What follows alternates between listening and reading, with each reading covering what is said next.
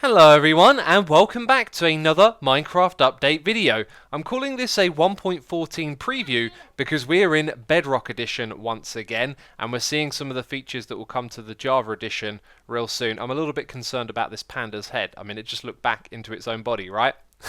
But anyway, this edition of the game now includes the Crossbow! And we're going to check that out in this video. The sounds and the loading animation here are seriously cool. But before we jump into it, I've got a couple other things to talk about. In the last preview video, I talked about 1.14 and 1.15 possibly being the Village and Pillage update. We can forget all of that. This tweet from Dinnerbone clarifies that everything we've seen from Minecon, all the stuff we've seen on Twitter, it's all part of the 1.14 update. And then we have this tweet, which is a not so cryptic message. That's clearly a calendar, and if we look at the day with the creeper face on it, it is a Wednesday the 24th, and Wednesdays are snapshot days, so I believe that is the date we are seeing our first snapshot for Minecraft 1.14. And of course, I'm going to be covering it here on the channel, so if you're not subscribed and you want to get the video telling you all what's in the snapshot, then be sure to subscribe to the channel. Now, before we look at the Crossbow, we're going to check out some of the other tweaks and changes to the new features. First of all, Scaffolding now has a section in the How to Play menu, which I didn't know existed before making this video, and it essentially tells you what we already know. We can walk in and out of the scaffolding, we can use space to go up, shift to go down. It's also got a cool graphic here to demonstrate that when you move out more than 4 blocks, the scaffolding is going to fall down to the ground. And last of all, it points out if you break the bottom block of the scaffolding, then all the blocks supported by it will fall down. And after reading that, it kind of occurred to me that if you were to keep placing blocks where they fall down, then keep branching across, you kind of will create a natural scaffolding look. Now, the big criticism here has been that this block is supposed to replace building scaffolding out of dirt, and of course you can just place as many of those floating in the sky as you like. But I think if you use the scaffolding like that, it'll add something to your builds while they're in progress. But anyway, let's go through some of the changes to the scaffolding. First of all, sounds have been added, not terribly exciting, I know. It also says that it will now burn in lava. This can sometimes be a little bit slow, but eventually that lava will flow through the scaffolding here. Oh, there we go, the one on the left there disappeared. Oh, and then all of them seem to get going. Interesting, it didn't do anything for a while then. You also can't place the scaffolding into flowing lava, which I found kind of strange because you can do that with other blocks. It also prompted me to place this down underwater. As you can see, it is a waterloggable block, and something that I missed from the last update as well is that you can place one on top like that, but if I keep right clicking here, it will keep placing them all the way up, and that is a very cool feature.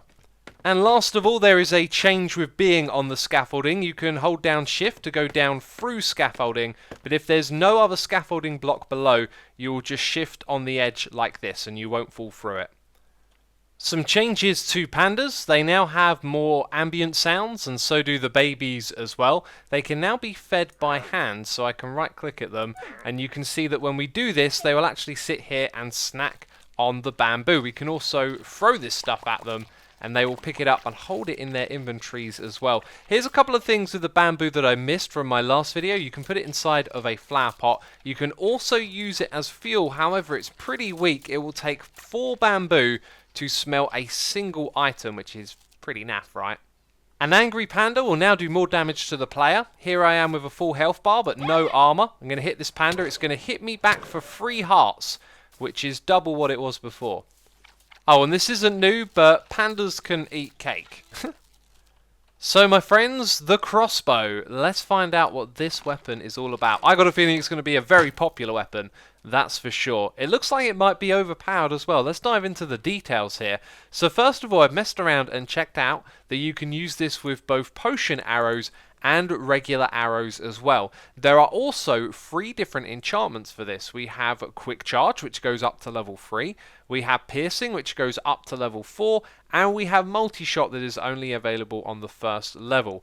Now, the Quick Charge is compatible with Piercing and with Multishot, but Multishot and Piercing are not compatible with one another. And first of all, I have Multishot on me right here.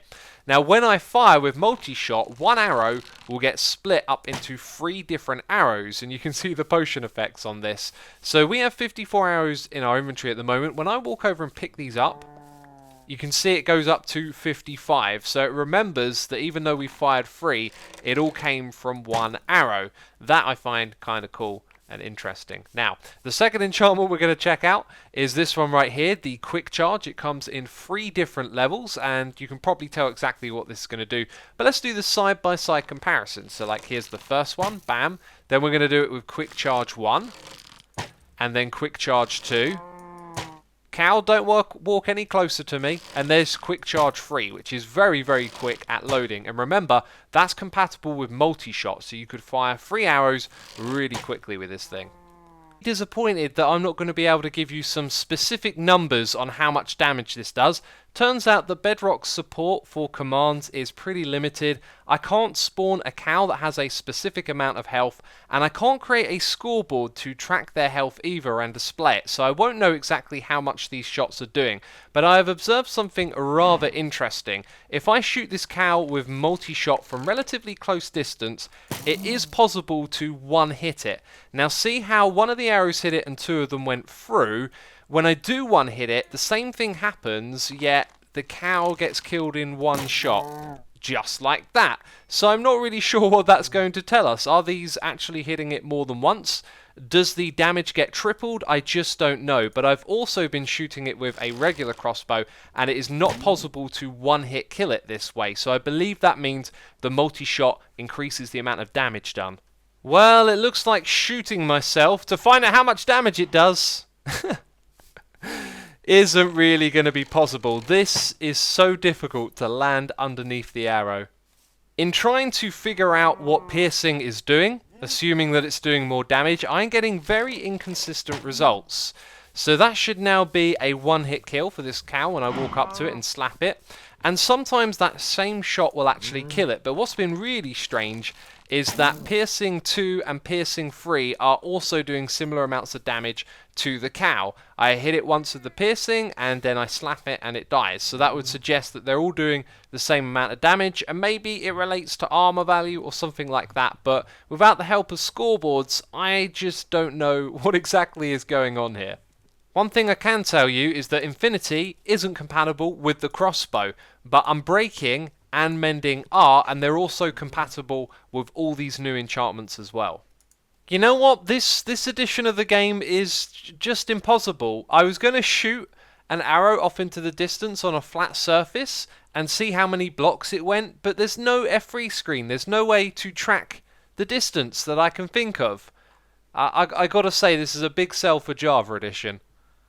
So it's a rather disappointing note to end the video on, but we are going to have to wait until Wednesday the 24th to get that snapshot to find out the exact numbers of the crossbow, which we'll be able to do in the Java edition of the game. That being said, we might not get the crossbow in that update, but we'll see what happens. Anyway, that's it from me this video. If you have enjoyed it, then leave a like. As always, thanks for doing that. It helps support the channel, of course, and I'll see you soon with another one. Bye-bye.